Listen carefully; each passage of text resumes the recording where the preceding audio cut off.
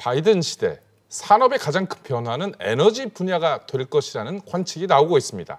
최나리 기자, 가장 큰 수혜는 재생, 청정에너지 분야 그런 관측이 나오고 있죠. 네, 친환경 에너지 투자 기회가 활짝 열렸습니다. 바이든 당선인은 청정 에너지, 기후변화 인프라에 4년간 2조 달러, 우리 돈으로 약 2,200조 원을 풀 방침인데요.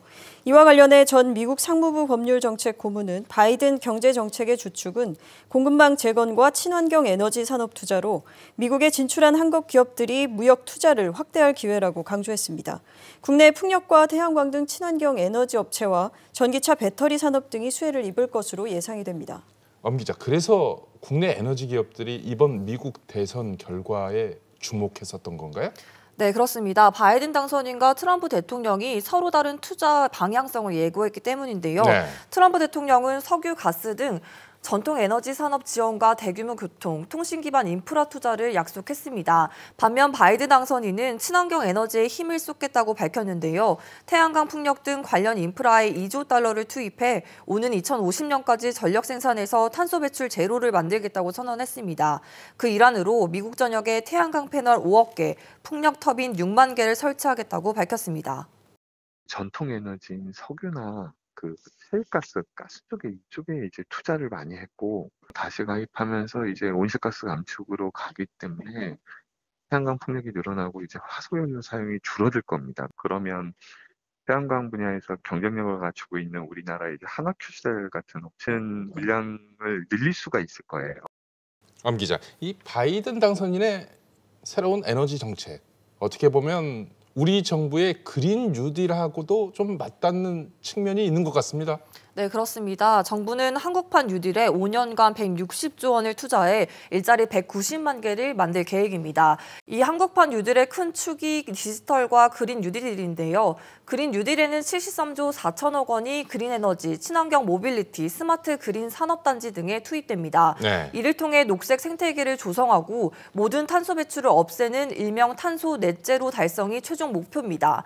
이런 청사진이 바이든 당선인의 친환경 에너지 정책과 맥을 같이 한다고 볼 수 있습니다. 그러면 실제로 이 바이든의 에너지 정책과 관련이 있는 국내 기업에는 어떤 곳들이 있나요?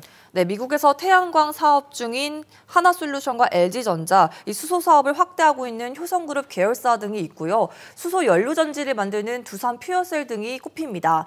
바이든 후보의 당선 소식으로 이 친환경 에너지 사업들이 탄력을 받을 것으로 보입니다. 최나리 기자, 앞으로 우리 기업 중에 일부는 탄력을 받을 것이다, 이런 전망도 나오고 있습니다만 일각에서는 기후변화 대응이 새로운 무역 장벽이 될 수도 있다, 이런 우려도 나오고 있죠. 맞습니다. 기회이자 위험 요인도 있어서 면밀한 대응 전략이 필요합니다. 바이든 당선인은 탄소 배출을 많이 하는 국가가 생산한 제품에 관세를 매기는 탄소 국경 조정세 계획을 밝혀왔는데요. 네. 우리 정부는 2050년 탄소 중립을 선언했지만 당장 10년 뒤 온실가스 감축 목표 달성도 불투명한 상황입니다. 따라서 탄소 조정세가 새로운 수출 장벽, 걸림돌이 될 것이라는 우려가 나오고 있습니다. 좀 더 구체적으로 들어가 볼까요? 엄 기자, 이 미국 대선에서 민주당 조 바이든 후보가 승리를 하면서 국내 태양광 배터리 업계가 들썩이고 있다고요. 네, 바이든 당선인이 신재생 에너지 확대와 전기차 보급 확산을 공약으로 내놨기 때문인데요. 특히 미국은 우리나라 태양광 셀 수출의 90%를 차지하는 주력 시장이자 세계 2위 전기차 시장이기도 합니다. 때문에 국내 관련 업계에서는 미국 시장에 대한 기대감이 큽니다.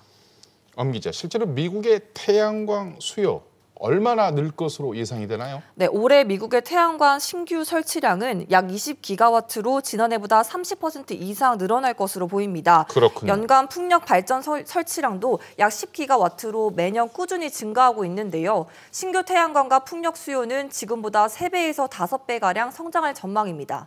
그러면 이 미국 태양광 사업에 진출한 우리 기업들의 현주소는 어떻습니까? 네, 올해 상반기 미국의 태양광 모듈 시장 점유율 1위는 하나솔루션의 태양광 부문인 하나큐셀인데요. 네. 주거용과 상업용 모두 점유율이 각각 20% 이상입니다. 그렇군요. 하나큐셀은 미국 조지아주에 지난해 9월 연 1.6기가와트 규모의 모듈 공장을 세우고 현지 시장 공략에 나서고 있습니다.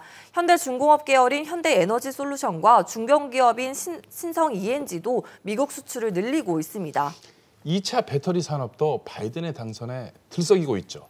네, 바이든 당선인은 오는 2030년까지 전기차 충전소 50만 개를 신설하고 전기차 구매 때 세제 혜택도 늘리겠다고 밝혔는데요. 네. 전기차 시장이 확대되면서 전기차 배터리 수요도 늘 것으로 보입니다. 현재 글로벌 완성차 업체에 배터리를 수출하고 있는 LG화학, 삼성 SDI, SK이노베이션 등 국내 배터리 3사 모두 공격적인 생산 설비 증설에 나서고 있습니다.